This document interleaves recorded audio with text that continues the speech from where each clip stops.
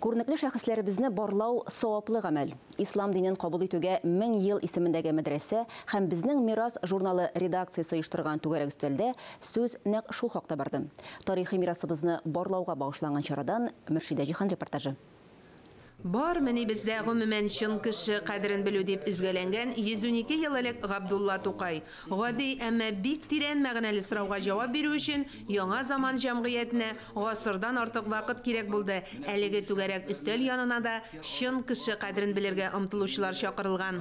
Безнең мәдрәсә ул фақат теге бер юнәлештә генә барырга эшләргә генә тиеш түгел, ул үзенең кулачлыгы белән күп юнәлешне алырга. Әйтик, мәсәлән, менә без бүген җыела торган сәбәбебез ул да булса, шәхесләрне барлау.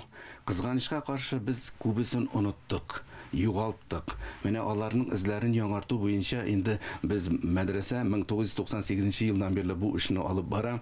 Бу галимнәребезне булсын, шул ук вакытта хәзрәтләребезне, устазларыбызны, аларның хезмәтләрен өйрәнү белән шул ук вакытта аларның каберләрен барлауда инде без шушы юнәлешне алып барабыз.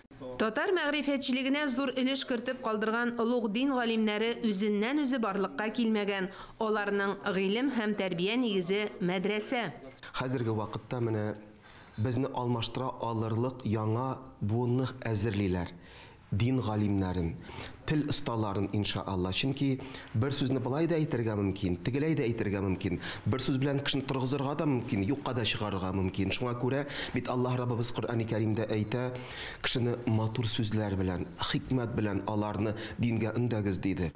Яшь буынны шул исәптән шәкертләрне дә шәхесләр үрнәгендә тәрбияләү иң үтемлесе. Бүгенге көн шәхесләре рәтенә иң беренче чиратта Бөтендөнья татар конгрессының беренче рәисе Индус Тахировны кертәм дип белдерде Данис Шакиров.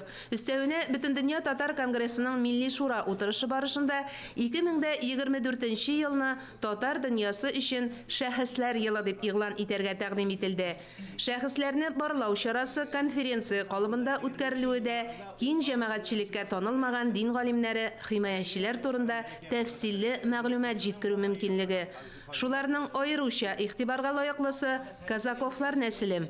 Алар инде заманында бирәк Мөхәммәтҗан Казаков дигән безнең мәгълүм шәхсебез Тинчурин урамы белән Татарстан урамы шатында шул тирәдә зур мәчет салдырган була. Анда безнең башлап йөри, шулай ук кыйблаларын күрсәтеп мәчетнең ачылышында Шиһабетдин Мәрҗани үзе. Күләгәдә калган шәхесләребезне таныту гаммәви вә гамәли чаралар аша чинга ашырыла. Сүз дә юк, дәүләт дәрәҗәсендә эзлекле эш алып барганда ул тагын да нәтиҗәлерәк була. Әмма еш кына этәргеч биреп башлап йөрүче кирәк. Килгәчтә мәдрәсәне карап чыктым. Шул кадәр сөенеп, Ильяс хәзрәтем дә безнең шундый тыйнак, тырыш, бөтен җирдә дә ул катнаша, үзенең тыйнаклыгы белән, үзенең гыйлемлеге белән аерым бер урын алып тора дин дөньясында. Тарихи чыганаклардан билгеле булганча, Казанда дин һәм фән бергә үрелеп барган. 1803 елда Коръәннең беренче тиражы басылу уңаеннан Казан Федераль университетының төп бинасы ишек алдында хөкүмәт дәрәҗәсендә истәлек тактасы ачылды. Һәйкәлләр, мемориаль такталар кую ул яктан соңгы елларда бик зур эш алып барыла. Менә быел гына әле без Мәдәният министрлыгы тарафыннан, хөкүмәт тарафыннан, Татарстан Республикасы рәисе тарафыннан 23 елда 20дән артык шәхескә, танылган шәхескә мемориаль такталар куелды. Тарих белгече Айрат Фәйзрахманов үз чыгышында иске татар бистәсенең Тәрҗемановлар, Әмирхановлар, Якуповлар һәм башка татар халкының үрнәк шәхесләре исемнәре белән бәйле булуын бәян итте. Шулай ук мәдрәсә шәкертләре Әхмәт Хади һәм Садретдин Максудилар, Габделнасир Курсави исемнәре белән бәйле эшчәнлек белән танышты. Ул бит әле сөйләшеп кенә калу дигән нәрсә түгел. Балалар тәрбияләнә, шәкертләр. Менә алар күреп үсә. Хәзер бит алар җәмгыятькә чыгалар, имамнар, муллалар булалар иншалла. Әмма ләкин алар менә шушы галимнәрдән алган гыйлемне халыкка җиткерәчәкләр.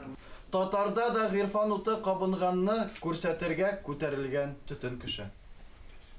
Кирәк булса әйтеп бирәм. Ул шәп хәзрәт. Тулган ай күк балкып чыккан Шиһаб хәзрәт. Күренекле шәхесләребезне барлау саваплы гамәл дип аталган җанлы сөйләшүләргә әлеге мәдрәсәне тамамлаган татар иҗтимагый хәрәкәтен әйдәп баручылар да чакырыла. 4 ел укыдым, гыйлем алдык менә монда, Аллага шөкер. Бергәләп эшлибез.